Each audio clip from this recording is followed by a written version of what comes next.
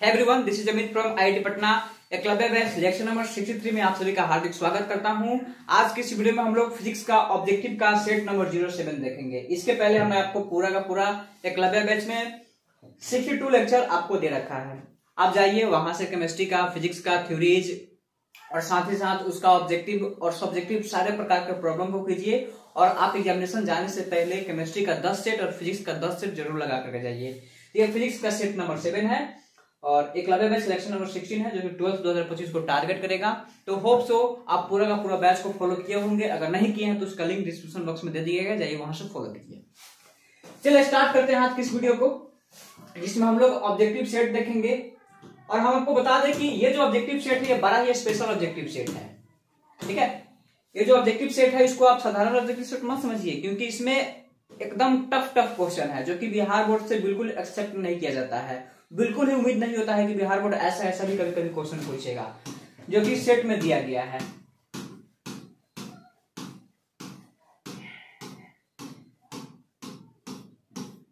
First question, अब देखिए ये क्वेश्चन स्टार्ट ही होता है इसी क्वेश्चन से और एंड भी इसी प्रकार के क्वेश्चन से होगा। और इस सेट को वही बना पाएगा जिसका एकदम तगड़ा प्रैक्टिस हुआ होगा फिजिक्स में, वो भी न्यूमेरिकल वाला पोर्शन काफी ज्यादा स्ट्रांग होना चाहिए, तब जाकर ये क्वेश्चन बन पाएगा। देखिए क्या है कि एक वर्ग के 3 सिरों पर समान आवेश रखे गए हैं। सबसे पहले वर्ग बोला तो यहाँ पे एक स्क्वायर का डायग्राम बनाते हैं, ठीक, और एबीसीडी। तो एक वर्ग के 3 सिरों पर समान आवेश रखे गए हैं, यानी कि यहाँ पे एक चार्ज रखा गया है Q1 और यहाँ पे एक चार्ज रखा गया है Q और एक चार्ज यहाँ पर मान लेते हैं Q। ठीक है, समान आवेश बोला है मतलब तीनों का चार्ज क्या होगा, इक्वल होगा। यदि Q1 और Q2, अच्छा इसको हम पहला चार्ज मान लेते हैं, इसको दूसरा चार्ज और इसको तीसरा चार्ज, और साथ ही साथ इसने बोल रखा है कि Q1, Q2 और Q3 तीनों का मान आपस में क्या होगा, बराबर होगा। ठीक है, यदि Q1 और Q2 के बीच लगने वाला बल F12 है, अच्छा मतलब ये वाला जो फोर्स है वो कितना है, F12 है। तो चलिए F12 का मान निकालते हैं K, और इसके बीच में जो चार्ज है उसका प्रोडक्ट होगा Q1 into Q2 Q square, और बटा मान लेते हैं कि इसका बीच का दूरी हो जाएगा A, तो A स्क्वायर हो गया। ठीक है, और Q1 और Q3 मतलब इसके और इसके बीच का दूरी कितना है, F13 है।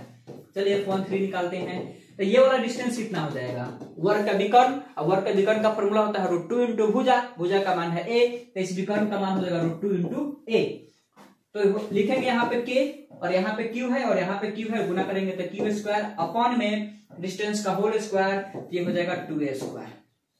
अब क्या करना है, रेशियो निकालना है, तो F12 डिवाइड बाई F13, इसको ऐसे पढ़ते हैं फोर्स ऑन 1 ड्यू टू 2, और नीचे वाले को पढ़ेंगे फोर्स ऑन 1 ड्यू टू 3, मतलब दूसरा के कारण पहला पर कितना बल लगेगा या तीसरा के कारण पहला पर कितना बल लगेगा, इन दोनों का रेशियो चाहिए।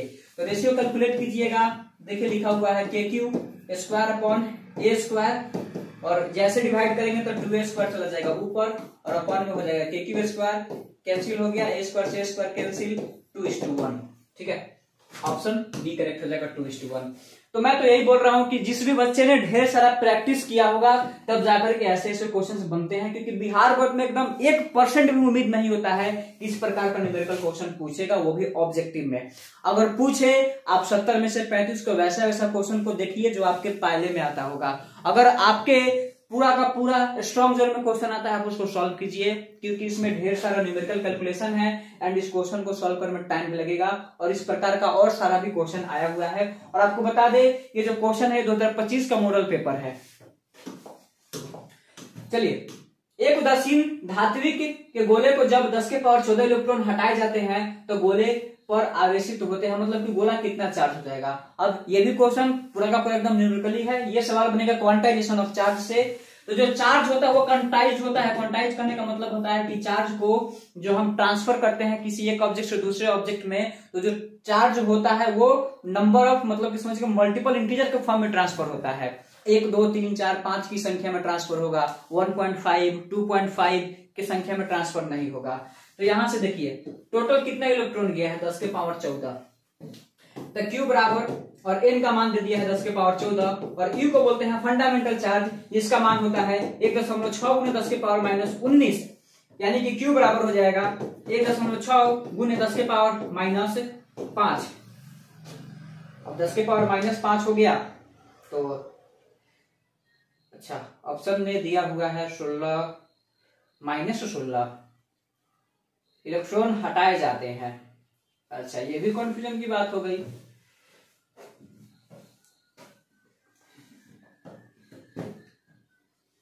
अच्छा इलेक्ट्रॉन हटाया जाता होगा तो उसको तो टोटल प्लस चार्ज आएगा। चलिए इतना तो कंफर्म हो गया।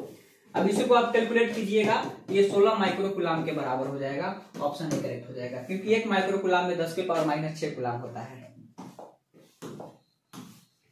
नेक्स्ट क्वेश्चन, समविभवी पृष्ठ तथा विद्युत बल क्षेत्र रेखाओं के बीच का कोण क्या होता है। देखिए अगर मान लेते हैं कि एक प्लेन है और ये प्लेन अगर इक्विपोटेंशियल सरफेस है, इक्विपोटेंशियल कहने का मतलब कि इसके हर एक पॉइंट पर पोटेंशियल का मान सेम होगा, तो हर एक पॉइंट पर पोटेंशियल का मान सेम होगा तब इसको इक्विपोटेंशियल सरफेस कहा जाता है। और इस कंडीशन में डेल्टा V का मान 0 होता है और इसमें जो इलेक्ट्रिक फील्ड होता है वो इसके साथ हमेशा 90 डिग्री का एंगल बनाता है। तो इसका आंसर हो जाएगा ऑप्शन सी।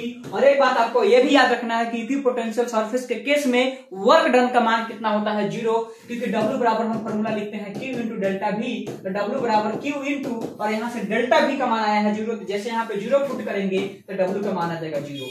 बड़ा इंपॉर्टेंट क्वेश्चन है कि समविभवी पृष्ठ और विद्युत बल रेखाओं के बीच का कोण कितना होता है, तो 90 डिग्री होता है और इसके द्वारा किया गया कार्य का मान कितना हो जाएगा 0। फॉर्मूला यूज करेंगे W बराबर Q into delta V। Because यहाँ ये पोटेंशियल सरफेस है, इसके हर एक पॉइंट पर पोटेंशियल का मान सेम होगा, यानी कि आप किसी भी 2 पॉइंट का पोटेंशियल डिफरेंस लीजिएगा तो उसका वैल्यू आएगा 0। इसकी वजह से वर्क डन का भी मान कितना आता है 0 आता है। चलिए Q आवेश से आवेशित R त्रिज्या के गोलीय, मतलब कि एक गोला है जिसका त्रिज्या R है और उस पे Q चार्ज को यूनिफॉर्मली ऐसे डिस्ट्रीब्यूट किया गया होगा और इससे केंद्र से कितना दूरी है x दूरी है, तो उसका विभव का मान कितना होगा कि Q/x होगा। ऑप्शन बी करेक्ट हो जाएगा। ठीक है, एक अल्फा कण को 200 वोल्ट विभवांतर से त्वरित किया जाता है, यानी कि इसमें डेल्टा V का मान कितना हो जाएगा 200 वोल्ट और अल्फा कण पर चार्ज कितना होता है तो 2 इलेक्ट्रॉन के बराबर चार्ज होता है, क्योंकि अल्फा कण जो होता है वो हीलियम का नाभिक होता है। जब यूरेनियम को हम तोड़ते हैं तो थोरियम प्लस हीलियम मिलता है, तो हीलियम पर +2 का चार्ज होता है, यानी कि 2 इलेक्ट्रॉन के बराबर चार्ज होगा। तो उसमें एनर्जी कितना आएगा, दैट मीन्स हमसे वर्क पूछा जाएगा, तो वर्क का फॉर्मूला होता है Q इंटू डेल्टा V। तो W बराबर Q यानी कि चार्ज जिसका मान है 2 इलेक्ट्रॉन और इंटू डेल्टा V जिसका मान है 200, यानी कि W का मान हो जाएगा 400 और इलेक्ट्रॉन, ये इलेक्ट्रॉन है ठीक है और ये वोल्ट है। ये जो इलेक्ट्रॉन वोल्ट है ना, आप इसको एनर्जी वाले इलेक्ट्रॉन वोल्ट मत समझिए, नहीं तो ये गलत हो जाएगा। यहाँ पर जो हमने E पुट किया है, इस E का मान होगा 1.6 गुना 10 के पावर माइनस 19। तो एक्चुअली में यहाँ पर ये जो E इंटू V है ये इलेक्ट्रॉन वोल्ट नहीं है, यहाँ पर जो E लिखा हुआ है इस E का मतलब होगा 1.6 गुने 10 के पावर माइनस 19, यानी कि 400 गुने 10 के पावर 400 गुने 1.6 गुने 10 के पावर माइनस 19 और वोल्ट से गुना कर देंगे तो ऑप्शन सी करेक्ट हो जाएगा। ठीक है, नेक्स्ट क्वेश्चन, सी धारिता के संधारित्र में संग्रहित ऊर्जा क्या होगा जबकि उसका विभव V तक बढ़ाया जाए। एकदम मस्त क्वेश्चन है और VBI ऑब्जेक्टिव क्वेश्चन में पूरा का पूरा इसको प्रैक्टिस कराया जाता है। कैपेसिटर में एनर्जी का मान होता है ½ या इसको Q²/2C भी कर सकते हैं या ½ × Q × V भी कर सकते हैं। ठीक, नेक्स्ट क्वेश्चन, N एक समान गोलीय बूंदे, अच्छा एक समान गोला बूंदा है जिसका संख्या कितना है N है। चलिए एक समान गोला, ठीक है, और इसकी संख्या कितना है N को मिला करके N एक समान गोलीय बूंदे जो समान विभव V तक आवेशित है, मतलब कि इसमें जितना भी छोटा छोटा गोला है सबके ऊपर पोटेंशियल का मान V है और ये चार्ज भी है, तो ये सबको मिला करके एक बड़ा बूंदा बनाया जाता है, सबको मिला करके बड़ा सा बूंदा बनाया जाता है। तो जो नया बूंदा होगा उसका विभव का मान कितना होगा। देखिए कितना जबरदस्त क्वेश्चन पूछा है। अक्सर बच्चे बिहार बोर्ड में ऐसे ऐसे क्वेश्चन मतलब फंस जाते हैं, क्योंकि ये पूरा का पूरा न्यूमेरिकली क्वेश्चन है। जो न्यूमेरिकली का प्रैक्टिस किया होगा, जो अच्छा खासा अपना इलेक्ट्रोस्टैटिक का न्यूमेरिकल किया होगा, उसको ये बनाने आएगा वरना नहीं बनाने आएगा।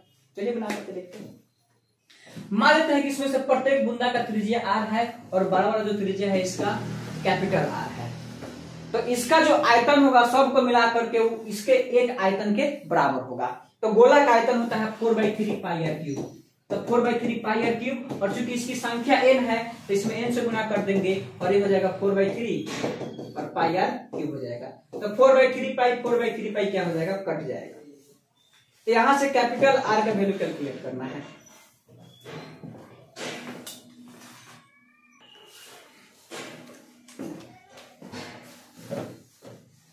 तो अब हम यहां से क्या करेंगे, ये स्मॉल r, कैपिटल N और कैपिटल R के बीच में रिलेशन निकालेंगे।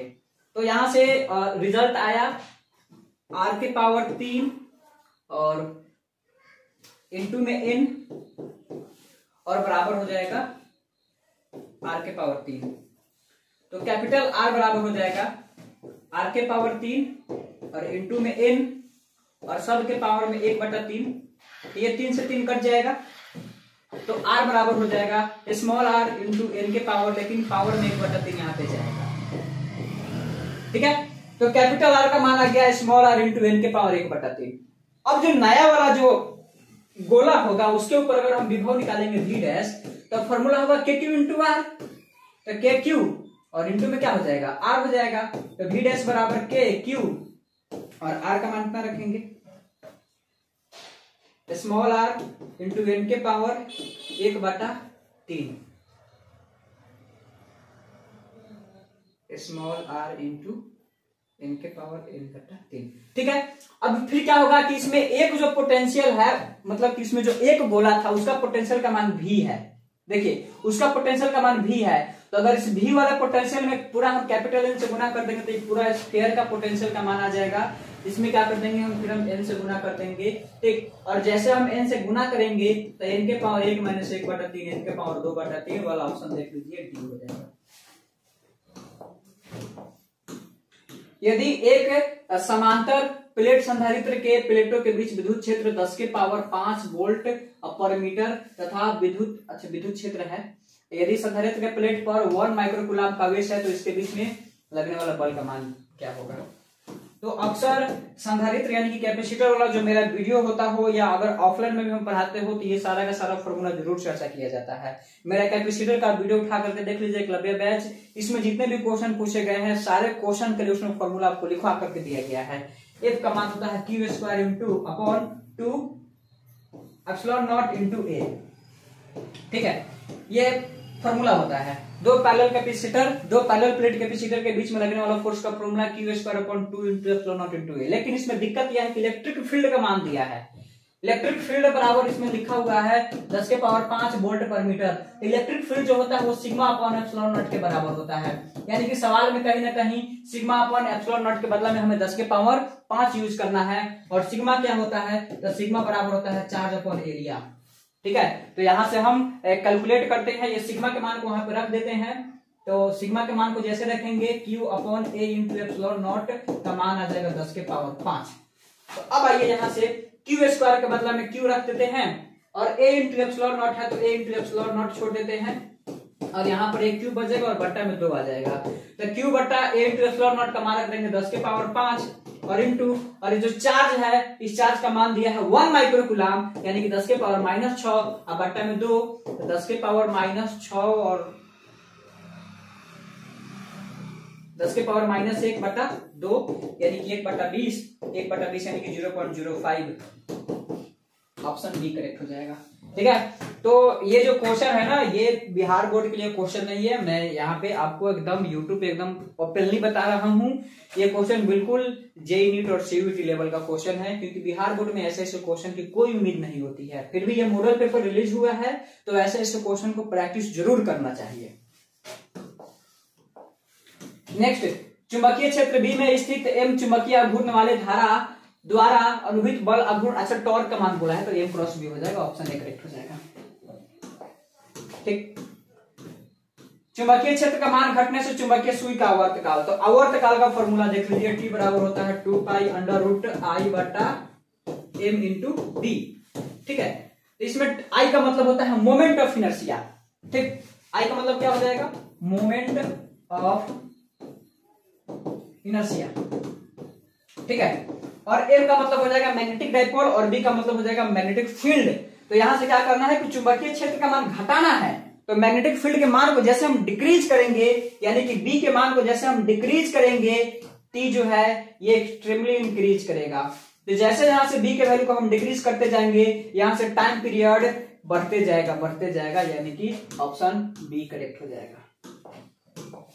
क्वेश्चन नंबर 11, निम्नलिखित में से किसका उपयोग पौधा घरों में होता है? तो औरत किरणों का होता है, ऑप्शन डी करेक्ट हो जाएगा। नेक्स्ट क्वेश्चन, किसी विद्युत चुंबकीय तरंग का ई वेक्टर एक्स के अनुदिश तथा एच में, एच या इसको कैपिटल एम का ही दोनों बात सेम होता है, जेड का अनुदिश है तो उस तरंग का गति क्या होगा? देखिए इसमें सिंपल सा बात है, अगर मान लेते हैं कि इलेक्ट्रिक फील्ड इधर है, मैग्नेटिक फील्ड इधर है, तो तरंग इधर चलेगा, समझिए। या मान लेते हैं कि अगर एक फील्ड ऐसे है, दूसरा फील्ड ऐसे है, फिर तरंग ऐसे चलेगा। मतलब क्या होता है कि ठीक परपेंडिकुलर होता है। तो इसमें इलेक्ट्रिक फील्ड एक्स में है और मैग्नेटिक फील्ड जेड में है, तो इसमें वो जो वेव होगा वो पक्का वाई में चलेगा, तो इसीलिए इसका ऑप्शन बी करेक्ट हो जाएगा। ठीक है, नेक्स्ट क्वेश्चन, बेतारी तार संचार का आविष्कार किसने किया था? मार्कोनी, ऑप्शन सी करेक्ट हो जाएगा, मार्कोनी नामक वैज्ञानिक ने किया था। नेक्स्ट 14 नंबर, एक माध्यम से दूसरे माध्यम में जाने से प्रकाश का किरण मुड़ जाती है, ये किरण मुड़ने की प्रक्रिया को अपवर्तन कहा जाता है, ऑप्शन सी करेक्ट हो जाएगा। किस कारण से हवा का बुलबुला पानी में चमकता नजर आता है? प्रकाश के अपवर्तन के कारण, ऑप्शन बी करेक्ट हो जाएगा। एक उभयोलेतल के पदार्थ का अपवर्तनांक, उभय उत्तल कहने का मतलब होता है कि दो लेंस होगा और दोनों का दोनों उत्तल ही होगा। तो चूंकि उत्तल लेंस जो होता है उसका क्या बोलते हैं, फोकस दूरी और वक्र त्रिज्या का मान प्लस में होता है, लेकिन एक साइड के जब अपोजिट साइड जाएंगे तो पहले तो यहां से आपको देखने के लिए मिल जाएगा 20 सेंटीमीटर, लेकिन जो दूसरा साइड वाला होगा वो -20 का हो जाएगा और इसका अपवर्तनांक दिया हुआ है 1.5 सेंटीमीटर। तो लेंस मेकर फॉर्मूला लगाएंगे, फ्रॉम लेंस मेकर फॉर्मूला। तो इसमें जैसे हम लेंस मेकर फॉर्मूला यूज करेंगे, इसका लेंस मेकर का फॉर्मूला होता है 1/f बराबर mu minus 1 into 1/r1 minus 1/r2। This formula is set to lens maker formula and इसमें वैल्यू पुट कीजिए, एकदम आंसर आ जाएगा। तो 1/f बराबर म्यू का मान कितना है 1.5, इसमें से 1 घटाएंगे तो 0.5 आएगा, इंटू 1/20 माइनस 1/-20 माइनस माइनस हो जाएगा प्लस, तो फिर आ जाएगा 1/20। तो 0.5 है यानी कि 5/10 यानी कि 1/2 आ जाएगा और ये 2/20 हो जाएगा, 2 कट गया तो 1/20 सेंटीमीटर, 1/20 मीटर, सॉरी 1/20 मीटर। तो 1/f का मान आ गया 1/20 मीटर, तो f बराबर हो जाएगा 20 मीटर।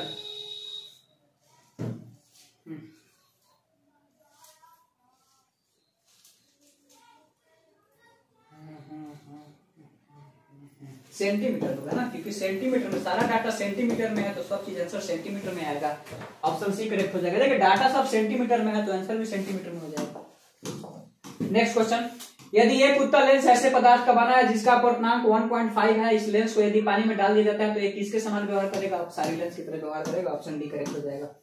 ये डाइवर्ज होने लगता है। 3 लेंस जिसकी फोकस दूरी का मान 20 है, f1 का मान हो गया 20 सेंटीमीटर, f2 का मान हो जाएगा -30 सेंटीमीटर, f3 का मान हो जाएगा 60 सेंटीमीटर और एक दूसरे से सटा हुआ है तो इसका संयोजन का फोकस दूरी क्या होगा? तो चूंकि फॉर्मूला होता है 1/f बराबर 1/f1 plus 1/f2 plus 1/f3, तो 1/f इक्विवेलेंट बराबर 1/20 माइनस 1/30 और प्लस में 1/60। ठीक, तो यहां से 20 30 60 का एलसीएम हो जाएगा 60 और ये होगा 3 -2 प्लस 1, तो 3 1 4, 4 में से 2 घटेगा 2/60 यानी कि 1/30 हो जाएगा, यानी कि 30 सेंटीमीटर, ऑप्शन डी करेक्ट हो जाएगा। तो 1/f का मान 1/30 यानी कि f का मान 30 सेंटीमीटर, ऑप्शन डी करेक्ट हो जाएगा।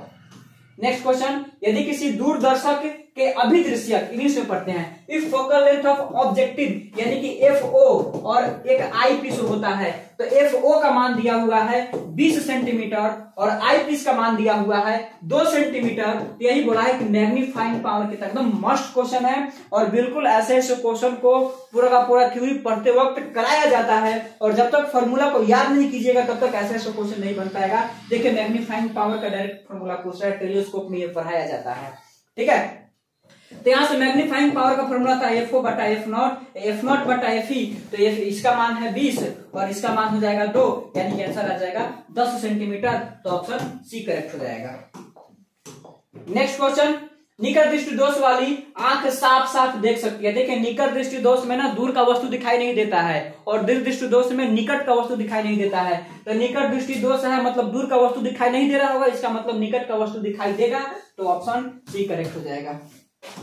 ठीक है, जब हम किसी वस्तु को देखते हैं तो रेटिना पर बनने वाला प्रतिबिंब कैसा होता है, वास्तविक और उल्टा होता है, ऑप्शन बी करेक्ट हो जाएगा। एक प्रिज्म से होकर गुजरने वाले श्वेत प्रकाश का न्यूनतम विचलन अव्यय होता है। सबसे कम डेविएशन किसका होता है, लाल रंग का होता है। इसीलिए जो रेड सिग्नल होता है मतलब जो सिग्नल होता है उसका रंग कैसा होता है, लाल रंग होता है, क्योंकि उसका डेविएशन बहुत कम होता है सॉरी उसका डेविएशन बहुत कम होता है, जिसकी वजह से उसका लेमडा यानी कि तरंगदैर्घ्य का मान बहुत ज्यादा जाता है, वो बहुत दूर दूर तक दिखाई देता है, इसके वजह से सिग्नल लाल रंग का होता है। नेक्स्ट क्वेश्चन, कांच से हवा में जाती प्रकाश किरण का क्रांति कोण न्यूनतम क्या कब होगा। तो जो क्रिटिकल एंगल होता है वो मिनिमम कब होगा, तो लाल रंग के लिए होगा, ऑप्शन ए करेक्ट हो जाएगा। ऐसे एक मिनट इसको हम आपको न्यूमेरिकली करके दिखाते हैं। देखिए क्रिटिकल एंगल का फॉर्मूला होता है साइन डेल बराबर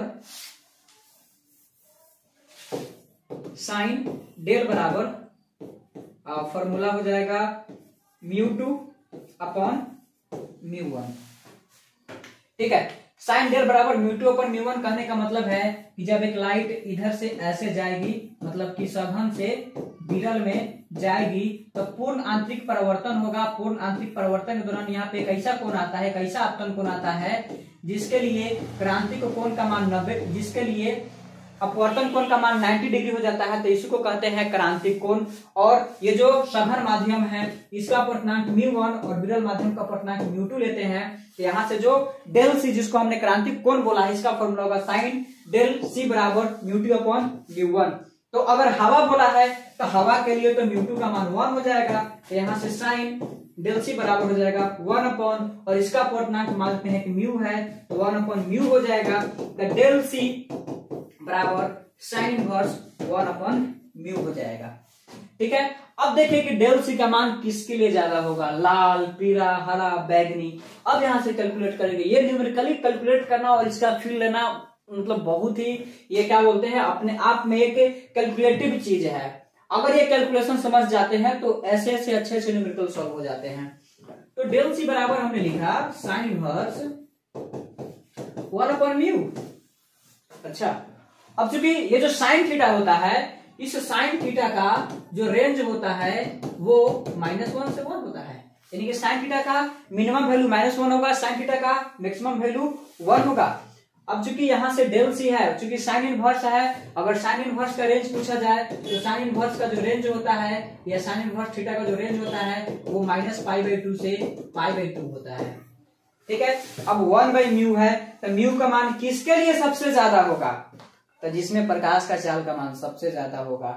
तो अब देखिए प्रकाश का चाल का मान सबसे ज्यादा किसमें होगा, तो जिसका लैम्डा का मान सबसे ज्यादा होगा। इसमें म्यू का मैक्सिमम वैल्यू किसके लिए है, मतलब देखिए आप पहले तो अपवर्तनांक देखते हैं, तो लाल रंग का तरंगदैर्घ्य का मान सबसे ज्यादा होता है, मतलब इसमें प्रकाश सबसे ज्यादा चलेगा, इसका अपवर्तनांक का मान सबसे कम होगा।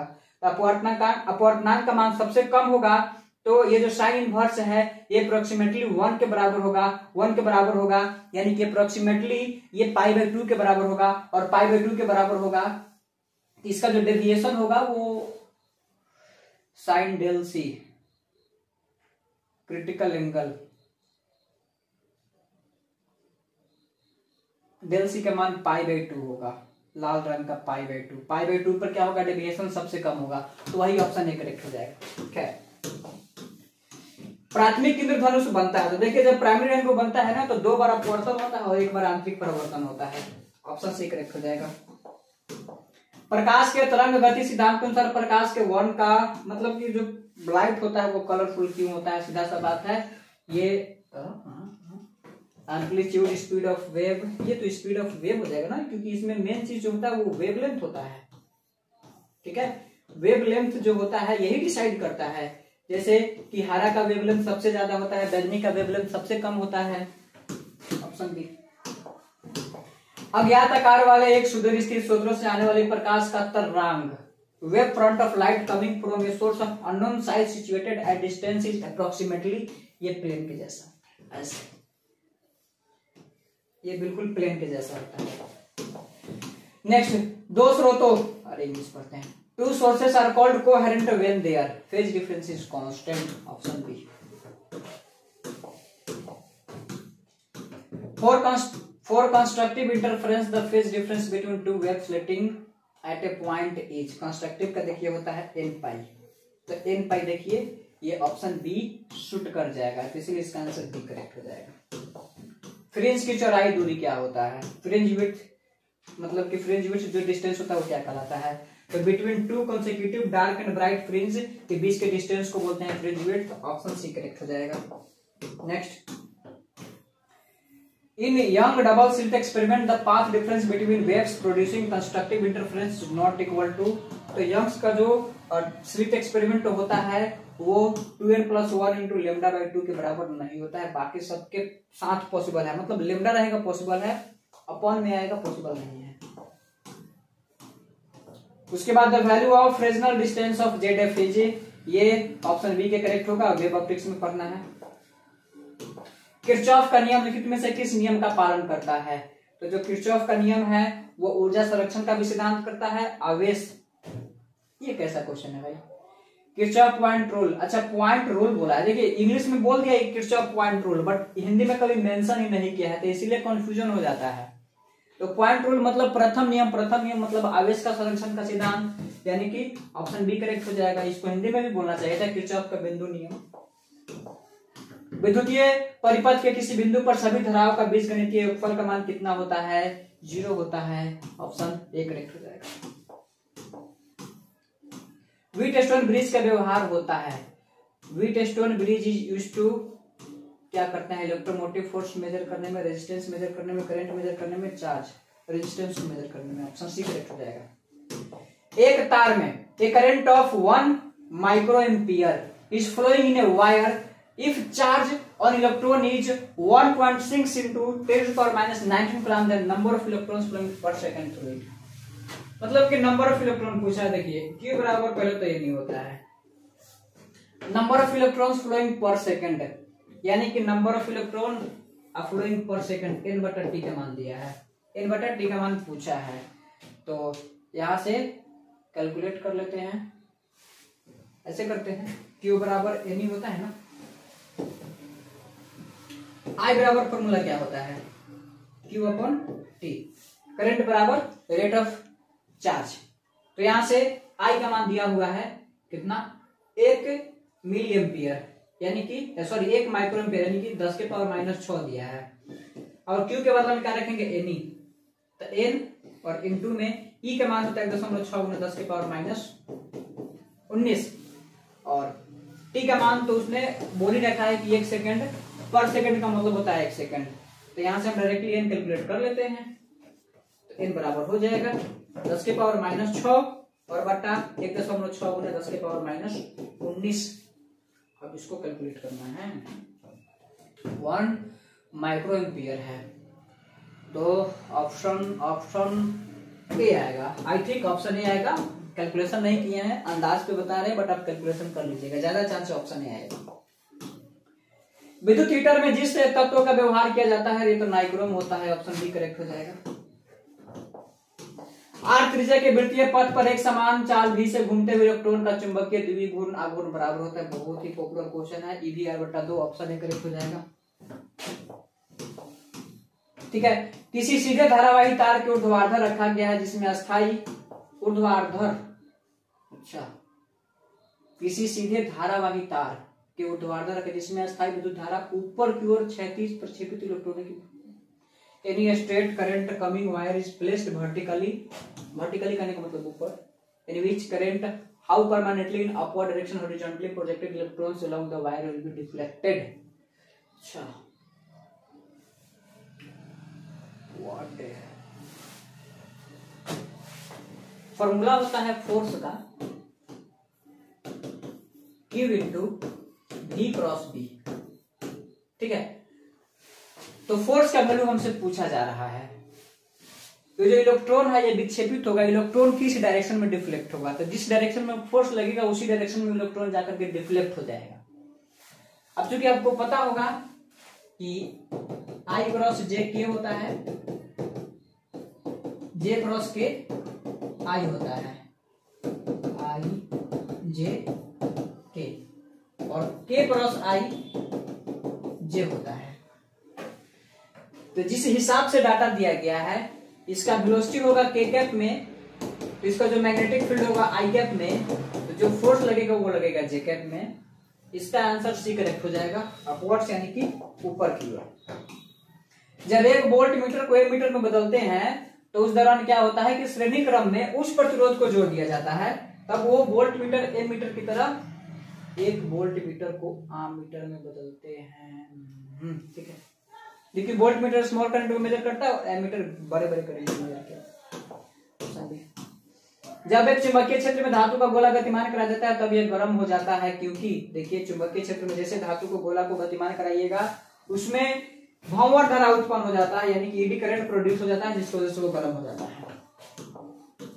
किसी धारावाही प्रेरित से संबंध चुंबकीय क्षेत्र, अच्छा चुंबकीय ऊर्जा U और प्रवाही धारा I के बीच में क्या रिलेशन होता है, डायरेक्टली प्रोपोर्शनल होता है, ऑप्शन सी करेक्ट हो जाएगा। तो चलिए क्वेश्चन को सॉल्व करते हैं। 42, अब ये भी काफी अच्छा क्वेश्चन है। सवाल क्या है सो देखिए, self inductance of a coil is 5 milli henry. Self inductance करने का मतलब होता है L, जिसका मान दिया हुआ है 5 milli henry. If 2 ampere of current flow, यानी कि इससे जो करंट फ्लो होगा वो कितना होगा, 2 एम्पियर का।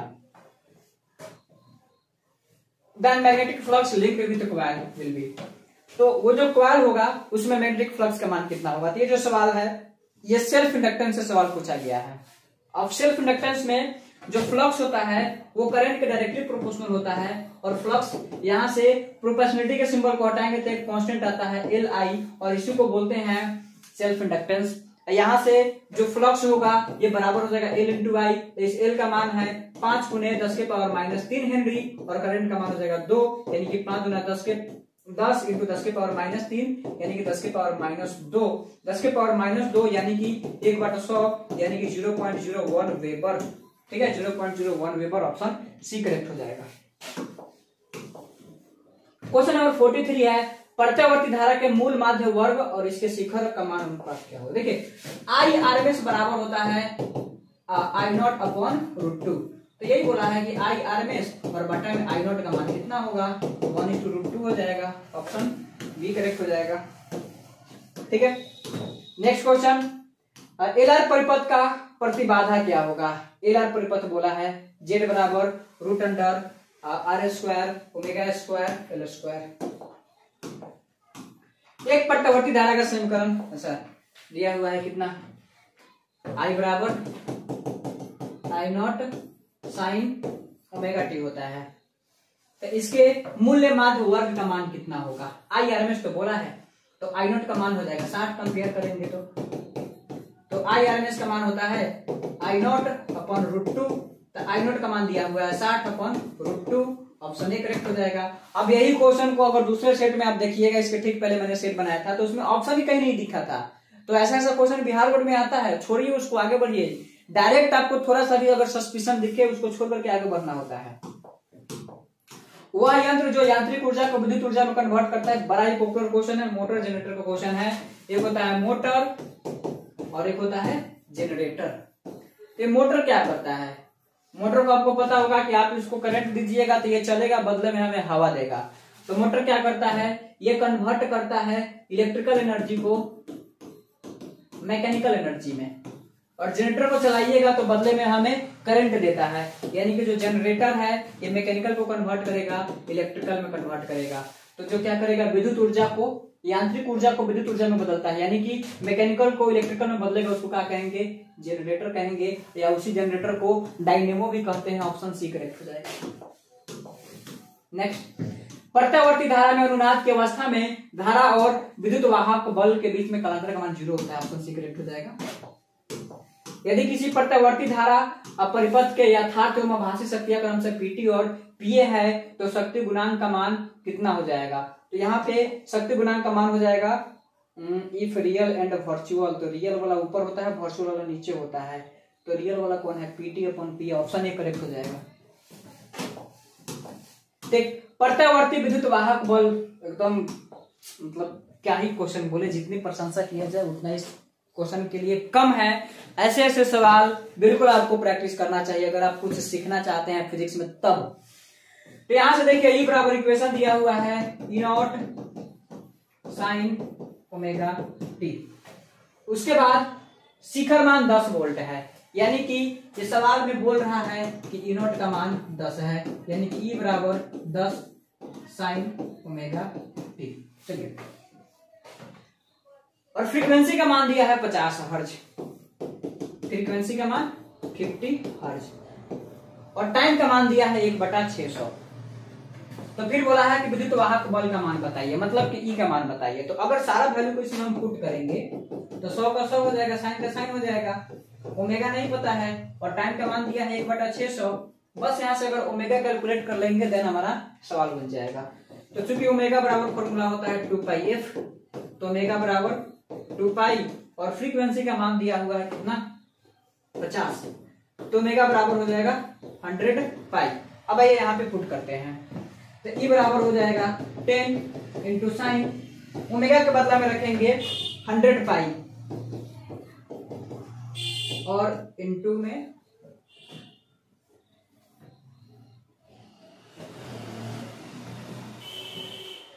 100π और 1/600।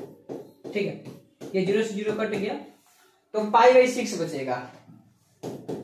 ई बराबर 10 और साइन π/6 करने का मतलब होता है 30 डिग्री, तो 10 गुने साइन 30 का मान होता है 1/2, तो ई बराबर हो जाएगा 5 वोल्ट। ऑप्शन सी करेक्ट हो जाएगा। ठीक, नेक्स्ट क्वेश्चन, प्रत्यावर्ती धारा परिपथ में धारा आई एवं वोल्टेज के बीच कालांतर फाई है, तो धारा का वाटहीन घटक क्या होगा, I into sine phi, option B. व्योम तरंगों के उपयोग द्वारा क्षितिज के पार संचार के लिए निम्नलिखित आवृत्तियों में से कौन आवृत्ति युक्त होता है। तो देखिए जो स्काई वेव्स होता है ना, आई थिंक स्पेस वेव्स जो होता है, उसका प्रोपेगेशन के लिए जो फ्रीक्वेंसी होता है उसका वैल्यू होता है 40 मेगाहर्ट्ज से 400 मेगाहर्ट्ज के आसपास। अब 40 मेगाहर्ट्ज से 400 मेगाहर्ट्ज ये तो बिल्कुल कम है, ये भी कम है, ये भी कम है, इसका ऑप्शन डी होगा। Propagation of UHF range frequencies take place due to which, यानी कि यूएचएफ परिसर के आवृत्तियों का प्रसारण प्रायः किसके द्वारा होता है, तो स्काई वेव्स के द्वारा हो, नहीं सॉरी स्पेस वेव्स के द्वारा होगा। ठीक है, ऑप्शन बी करेक्ट हो जाएगा, व्योम तरंग जिसको कहते हैं। दिए गए धातु का प्रकाश विद्युत कार्यफलन का मान किसके लिए न्यूनतम होता है, तो देखिए लोहा, तांबा, बेरियम सबका वर्क फंक्शन बहुत ज्यादा होगा। वर्क फंक्शन करने का मतलब इसमें से इलेक्ट्रॉन निकालना उतना आसान काम नहीं है, सबसे आसान काम होता है सोडियम का, तो ऑप्शन ए करेक्ट हो जाएगा। अगर बगल में लिथियम आता तो फिर लिथियम को टिक करते। प्लांक स्थिरांक का बीमा पूछ रहा है। चलिए, प्लांक कांस्टेंट का मान होता है 6.626 10 के पावर -34 जूल सेकेंड। तो डायमेंशन निकालना है, तो जूल का डायमेंशन होता है m, l के पावर 2 t के पावर -2 सेकेंड का हो जाएगा t, तो m l के पावर 2 t के पावर -1, देख लीजिए ऑप्शन m l के पावर 2 t के पावर -1, ऑप्शन ए करेक्ट हो जाएगा। हाइड्रोजन परमाणु के बोर कक्षा में इलेक्ट्रॉन की गतिज ऊर्जा परमाणु की स्थितिज ऊर्जा का अनुपात क्या है, ये भी काफी अच्छा क्वेश्चन है। यानी कि kinetic energy divided by potential energy का रेशियो बताइए। यहाँ पे एक चीज लिख रहे हैं, ये जो टोटल एनर्जी का मॉड जो होता है ये बराबर होता है काइनेटिक एनर्जी के मॉड के और पोटेंशियल एनर्जी के मॉड के आधा के बराबर होता है। और ये कहां से पता चला, तो बोर-विली मॉडल से पता चलता है। अगर इसको आप मॉड हटा करके लिखना चाहते हैं तो भी इसका वैल्यू हम बता देते हैं आपको। ये जो टोटल एनर्जी है ये निगेटिव ऑफ काइनेटिक एनर्जी के बराबर होता है और हाफ ऑफ पोटेंशियल एनर्जी के बराबर होता है। तो हमसे पूछा क्या गया है कि काइनेटिक एनर्जी और पोटेंशियल एनर्जी का रेशियो बताइए। तो यहाँ पर काइनेटिक और यहाँ पर है पोटेंशियल, तो काइनेटिक एनर्जी और डिवाइडेड बाई पोटेंशियल एनर्जी बराबर हो जाएगा 1/2, तो ऑप्शन हो जाएगा -1/2। क्योंकि इसने ऐसा कुछ बोला नहीं है तो हम पूरा का पूरा इसमें विथ साइन चलेंगे। अगर मॉड लेंगे अगर मॉड लेना होता तो सवाल में एब्सोल्यूट लिखा होता, बट सवाल में एब्सोल्यूट नहीं लिखा है, तो विद साइन चलेंगे, ऑप्शन सी करेक्ट हो जाएगा। निम्नलिखित में से कौन विद्युत चुंबकीय तरंग की प्रकृति नहीं है? एक्स तो है, लाइट तो खुद एक विद्युत चुंबकीय तरंग है, गामा भी है, बीटा किरण नहीं है क्योंकि बीटा किरण जो होता है वो गतिशील इलेक्ट्रॉन होता है। नाभिक के मिलने और नाभिक के बनने तथा ऊर्जा मुक्त होने की घटना को नाभिकीय संलयन कहा जाता है, ऑप्शन ए करेक्ट हो जाएगा। नेक्स्ट क्वेश्चन, नाभिक के संयोजन और नाभिक के गठन और ऊर्जा की रिहाई की प्रक्रिया को, ये भी सेम ही क्वेश्चन है, नाभिक मिलेगा तो संलयन होगा। द्रव्यमान और ऊर्जा के बीच में कौन सा संबंध सही है? E बराबर mc square, option C correct हो जाएगा। एक रेडियोएक्टिव तत्व की अर्ध आयु, अच्छा टी हाफ का मान कितना है? टी हाफ बराबर 1000 साल दिया गया है। कितने समय के बाद तत्व के नमूने का 1/18 भाग रह जाएगा? देखिए फॉर्मूला होता है 1/n0 बराबर 1/2 इंटू n, और ये जो n होता है इसको बोलते हैं number of half lives, number of half lives. ठीक है, मतलब कितना हाफ लाइफ आया, तो पहले हम इसको कैलकुलेट कर लेते हैं। ये कितना बच गया है? 1/18, 1/18 बराबर 1/2 हो जाएगा। अब यहाँ पे n है और यहाँ से n के वैल्यू को कैलकुलेट करना है, तो ये लगभग कितना आएगा? मुश्किल है, अच्छा चलिए करते हैं। 1/18 बराबर, अब 1 के पावर में n जाएगा तो 1 ही रहेगा, 2 के पावर n, तो 2 के पावर n बराबर 18, तो 2 के पावर n बराबर, अब ये 18 के बदला में 2 पॉइंट समथिंग और के पावर में, मतलब 2 के पावर में अगर 4 पॉइंट समथिंग लिखेंगे तो 18 आ जाएगा। ये पूरा 2 और इसके पावर में 4 पॉइंट, 2 के पावर 4 लिखेंगे तो 16 आएगा, तो 2 के पावर में 4 कुछ लिखेंगे तो 18 आ जाएगा, यानी कि यहाँ से n का मान करीब 4 आता है। जब डिटेल में मॉडर्न फिजिक्स, क्वांटम फिजिक्स पढ़ा जाता है तो उसमें जितने भी वैल्यू होते हैं सबको अप्रोक्सीमेट लिया जाता है। जैसे कि हम प्लांक कांस्टेंट E बराबर h बटा लेम्डा, E बराबर 12400 बटा लेम्डा, जो भी हम वैल्यू कैलकुलेट करते हैं सब अप्रोक्सीमेटली होता है, तो n का मान करीब 4। अच्छा, अब कितना हाफ लाइफ होगा? 4 हाफ लाइफ होगा, और एक हाफ लाइफ का मान कितना है? 1000, तो 4 हाफ लाइफ में कितना होगा? 4000। 4000 के आसपास कोई ऑप्शन है? ये 300 है, ये 3000 है, और इकाई दहाई चक्रा लाख, ये 3 लाख है, तो 4000 के आसपास आंसर कौन हो जाएगा? Option A. ठीक है, इसीलिए इसका आंसर होगा 3000 साल। अब देखिए इसमें प्रोटॉन, न्यूट्रॉन, इलेक्ट्रॉन की संख्या तो आप भी बता सकते हैं। और प्रोटॉन बोला है तो जो परमाणु संख्या होता है वही प्रोटॉन होता है, तो देखिए 38, तो ऑप्शन सी और ऑप्शन बी तो सही खत्म हो गया, और जो प्रोटॉन होगा वही इलेक्ट्रॉन होगा, ऑप्शन ए करेक्ट हो जाएगा। जितना प्रोटॉन उतना इलेक्ट्रॉन, बाकी घटा लीजिए। पीएन जंक्शन में 2 सेमीकंडक्टर होता है, ठीक है, ऑप्शन ए करेक्ट हो जाएगा। प्रत्यावर्ती विभव लगाने पर प्रत्येक धारा उत्पन्न करने वाली मशीन को क्या कहते हैं? Rectifier, rectifier, option A. यदि एक पूर्ण विष्टकारी में यदि निवेश आवृत्ति 50 हर्ज है, तो देखिए जो निवेश आवृत्ति होता है ना, ये निर्गम आवृत्ति का ठीक आधा होता है, तो निवेश आवृत्ति का मान 50 है, तो निर्गम आवृत्ति 100 होगा, option C. Next question, NOR gate के लिए बुलियन व्यंजक है, तो नॉर में और प्लस नॉट आता है, तो ए प्लस बी के ऊपर बार लग जाएगा, ऑप्शन बी। ए प्लस बी के ऊपर बार।